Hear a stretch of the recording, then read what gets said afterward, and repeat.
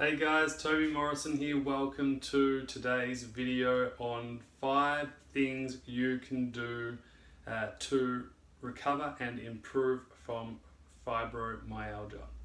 Now, if you don't know what fibromyalgia is, it is chronic pain syndrome, pretty much where you have widespread pain in and around your body that is persistent and more long-term than acute pain, which is something that you might get from a sports injury where you knock yourself into a wall and then your elbow hurts for a few minutes and then it goes away. Chronic pain, obviously, with fibromyalgia, it's not only affects your muscles and how you feel on a physical level, but it also affects you in terms of your brain fog, in terms of other symptoms, lack of energy, increased fatigue levels, and also just a general sense of not being well. So here are 5 things that are really, really important, something that I've seen with a lot of clients in our online recovery program. This is something that we focus on majorly, which does create results and change in your body. And remember, everyone's different, everyone's starting at a different level. We know that people try lots of different things like medication and lots of different treatments out there, and some can be really useful and others can sometimes make people feel worse. These things here are, there's no bad side effect to any of these things that I've written up here, and that's the key to remember, is this stuff that I'm going to talk about is stuff that you can control, stuff that you can do on a day-to-day basis, which makes a lot of sense because ultimately you are the one that has to live your 24 hours every single day. So why not let's focus on those things that we can do within those 24 hours that will help you the most. So the first one we've got here is sleep, routine and structure. It sounds pretty simple. What I'm talking about is not just sleep, structure and routine in the sense of you have a structured sleep cycle, wake cycle and sleep cycle. What I'm talking about is day-to-day structure too. So day-to-day activities, what you do in a day, whether that's scheduling your work, whether that's scheduling time off, time to rest and relax, time to do some restorative movement, scheduling your day with your lunch break, your dinner time, your breakfast time. That can be really important because it not only helps you with your sleep at night, and because getting a quality night's sleep is probably one of the hardest things that you have trouble with because you can't sleep because your muscle pain is so severe. But once you focus on your routine and structure throughout the day with your daily activities and what you do, and what I always say to people is find your baseline, but your baseline means that you can still do stuff as long as it doesn't make you feel any worse than you currently do. And from there you can build a foundation to start from and then increase over time. And as you do that, then your strength and stamina will also increase with that. Second thing we've got here is nutrition and hydration. Fibromyalgia is really a stress response or inflammation of the body. So you want to make sure that, one, you get your sleep right, you get your routine and structure right for you. Everyone's different, so focus on where you're at, not where you should be at, or where someone tells you where you're at. Nutrition and hydration is just as important, making sure that you are hydrated, you're drinking lots of water, and you're eating regularly, but also you're eating the right foods for you. Now, there is no one right diet. I talk about the non-diet, which is about eating whole foods that make you feel good. Usually the rule is that if you're eating something and it makes you feel worse, then clearly it's not good for you, okay? And then change that. So if you're doing something right now and it's not working for you, then look at changing it to something that might be more useful for you. And sometimes it can be healthy food that is actually not agreeing with you, but again, that doesn't mean you should eat unhealthy, it just means that you change it to something that's more suitable for you, okay? 3 is a really important one that a lot of people overlook in fibromyalgia, and that is restorative movement. Now, what I mean by restorative is it should not deplete you of energy, it should actually give you energy. Things like whether it's yoga or floor-based Pilates or even floor-based or body weight exercises specific to you. Now, with some of our clients, we start with bed-bound exercises, literally where they lie down on their bed like this and they literally just move their arms forwards and back just a couple of times if they're so severe. It might be just literally bending your knees into your chest, slowly raising your knees up into your chest. without any weight or weight-bearing exercises. Make sure with restorative movement it should be very low impact and low intensity. Why is this important? It actually helps you restore your strength and stamina within your body without making you feel worse. Okay?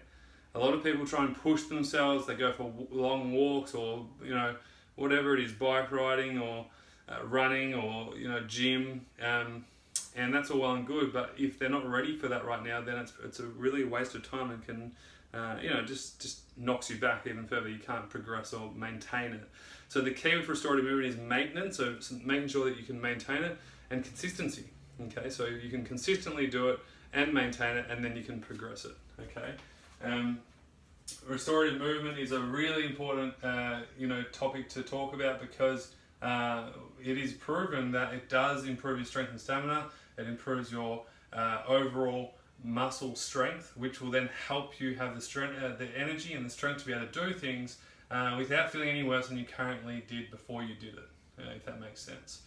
And it's one of those things that as you get stronger, and people will say, oh, but I'm in so much pain, you'll find that as you get stronger, the pain will decrease. And again, but it's not about pushing yourself, and that's where that's where people go wrong, is they push themselves way too much, and then they fall backwards in a heap, okay? Because you don't want to stress the body out too much, you just want to do a little bit. Stop before you get to the pain point. Stop before you get to that pain threshold of like you can really feel it. And in that way you can hold yourself back but move yourself forwards at the same time. 4 is a good one, and not many people talk about that, is rest and relaxation. I'm sure typically most people with fibromyalgia, they do not know how to rest. They don't know how to take it easy. Find things that switch you off. Find things that calm you down. It doesn't necessarily have to be lying down in your bed to rest. It could be doing things that just calm you down, whether that's listening to music, whether that's talking to someone on the phone, whether that's listening to a podcast, whether that's just having a herbal tea out in the garden. Sitting in the sun is a beautiful one to rest and relax, or closing your eyes and meditating for 20 minutes. There are lots of different ways to rest and relax.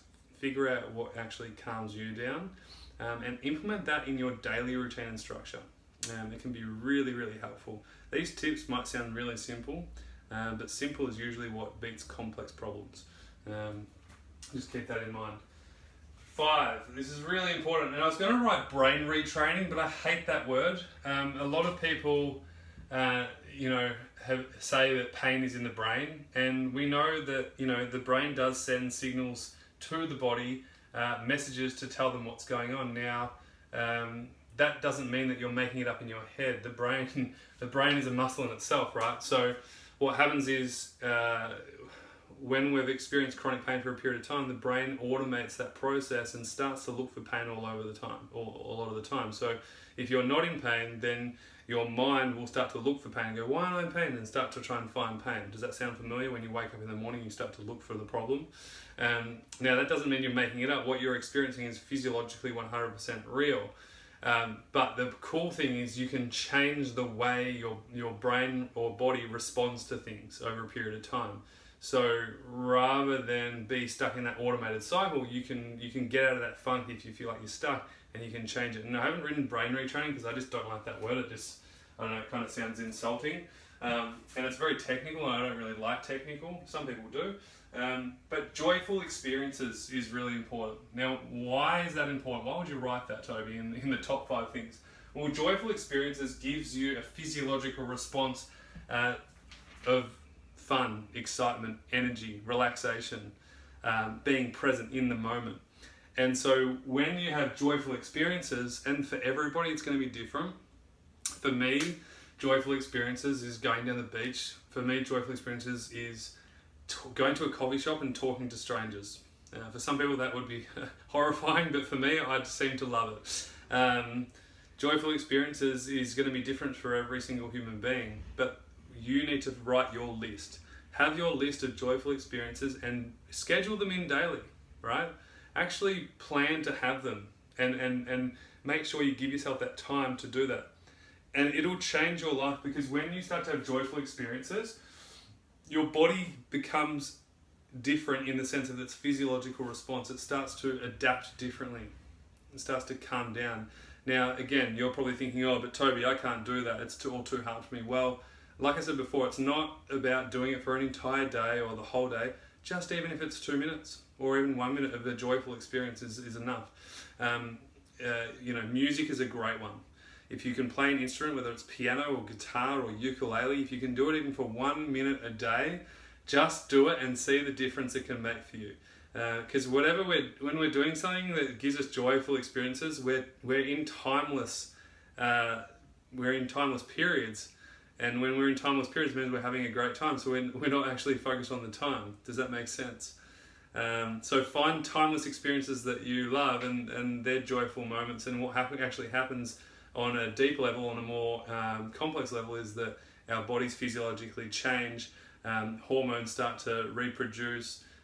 Things like serotonin and dopamine become released, and we have a sense of feeling of peace, joy, happiness, calmness, and those things are really important to feel better and stronger within yourself. So I hope this list helps. Like I said before, sometimes simplicity beats complexity.